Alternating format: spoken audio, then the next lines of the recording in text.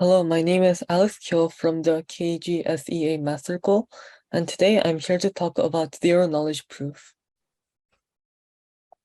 So before we get into zero knowledge proof, what is a proof? Here, I'm not mentioning about mathematical ways of determining a statement is true or false, like specific methods such as proof by contradiction or mathematical induction, but rather a method of verifying whether a statement is true or false in computer science. With that knowledge in mind, I'll first give an example of a ZKP. This is the formal definition of zero knowledge proof.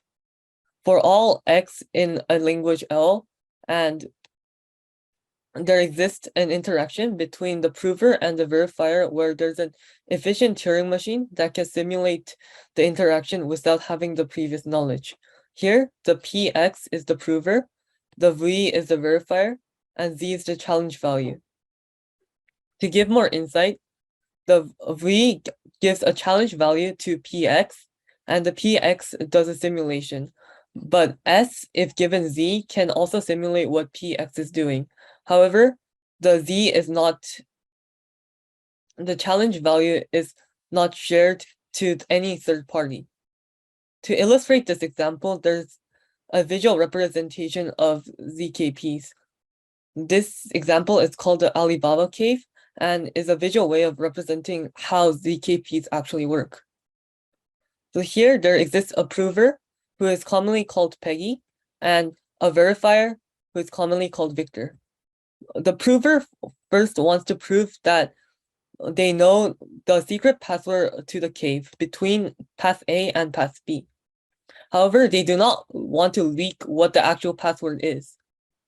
And they also do not want to leak that they know the information to any third party except Victor. So what Peggy does is that first, she chooses a path A or path B in random without letting Victor know which path she took.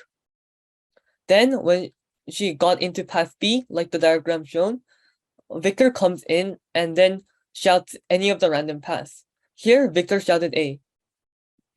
Then Peggy must return through the pathway that Victor shouted. If Peggy went to path B and Victor shouted path A, Peggy must use the password to unlock the door and go through A. The repetition of this process and having Victor get everything right means that Peggy must know the password, because even if they did the trial like 20 times, the chance would be 1 over 2 to the power of 20, which is an abysmally small number. The reason why Victor cannot know which path Peggy took beforehand is because when Victor records everything through a secret camera, then the third party who has shared this information must know that Peggy knows the password. However, when he does not know that, then the third party does not have a clear indication of whether Peggy knows the password. This is because of prior agreement. ZKP allows prior agreement between the prover and the verifier.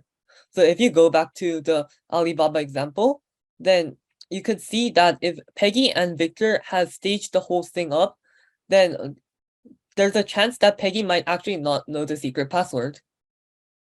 Thus, if the third party looks through the eyes of Victor, then the third party cannot know whether Peggy actually knows the secret password because there's a chance for what prior agreement does. So how does ZKP work in actual computer science? ZKP uses a system called discrete logarithms in order to simulate the example of Alibaba that's given. If y is the given value and p is a large prime number and g is the generator and x is the secret, then and prover knows the value of x in the equation g to the power of x is congruent to y modular p, then what the prover does is that the prover first shares the y value. And the prover also shares the c value for c equals the generator to the rth power of mod p, but does not share what r is. There, the verifier requests a value of r or x plus r that is congruent to mod p minus 1. This is done so that to simulate the challenge value between 0 and 1. If the verifier requested x plus r that is congruent to mod p minus 1, the verifier can easily check that she has the right x value by substituting this equation in.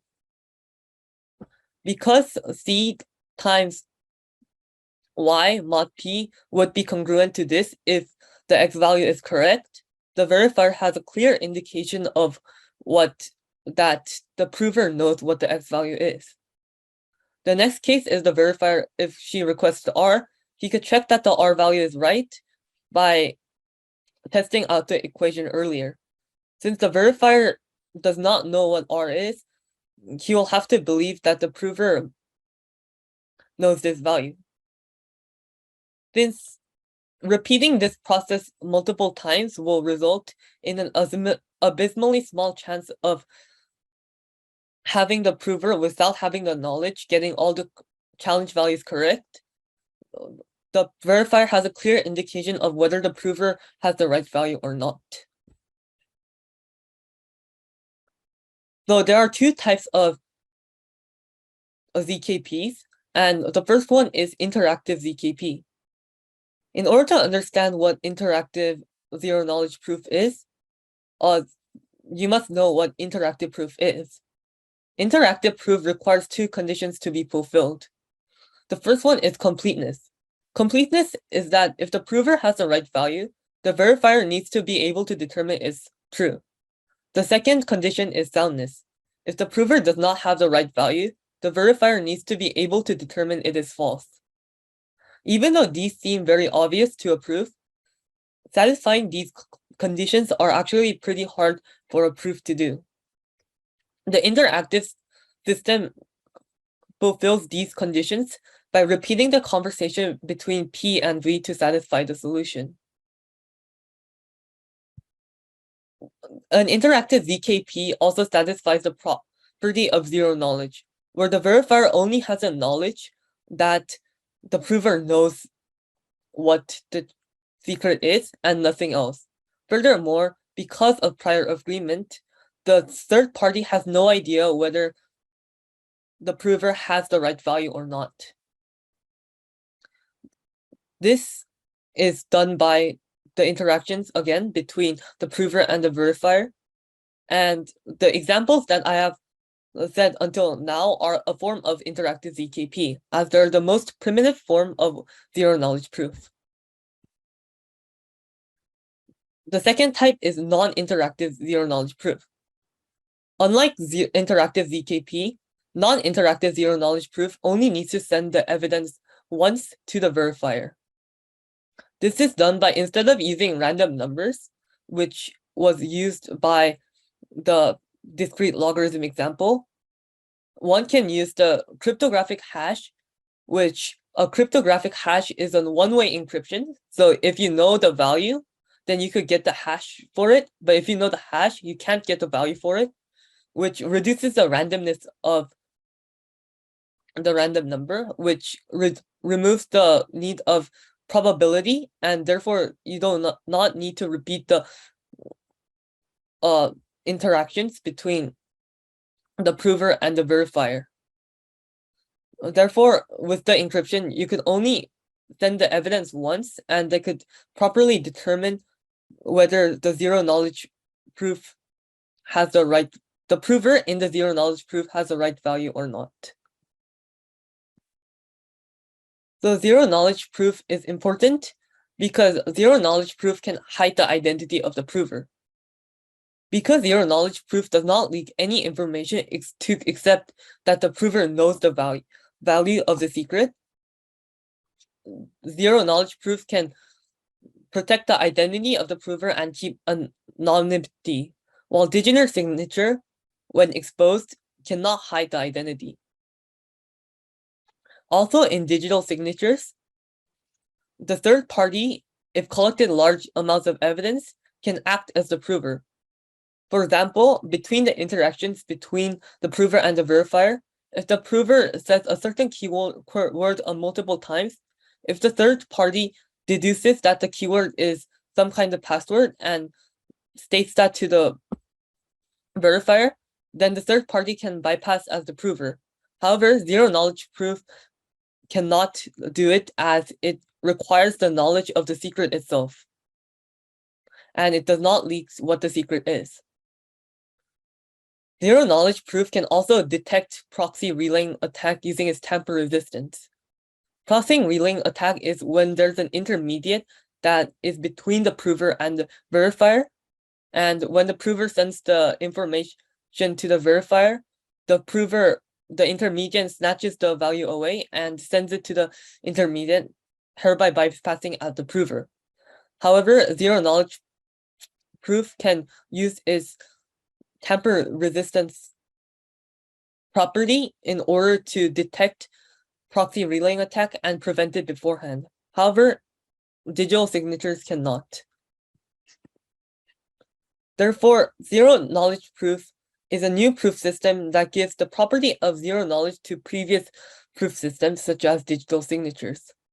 Zero-knowledge proof is very important and is very prospective in that it can select transactions that would provide anonymity and will also not leak what the secret is except to the prover.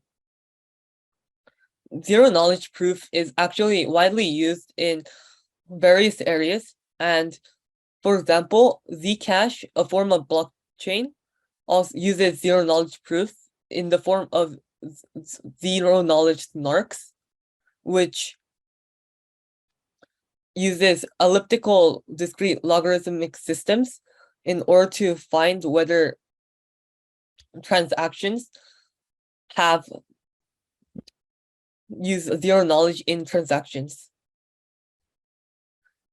Even though this topic may not be introduced and may seem very alien to you, I believe that it's a very prospective technology and will be used widely in the future.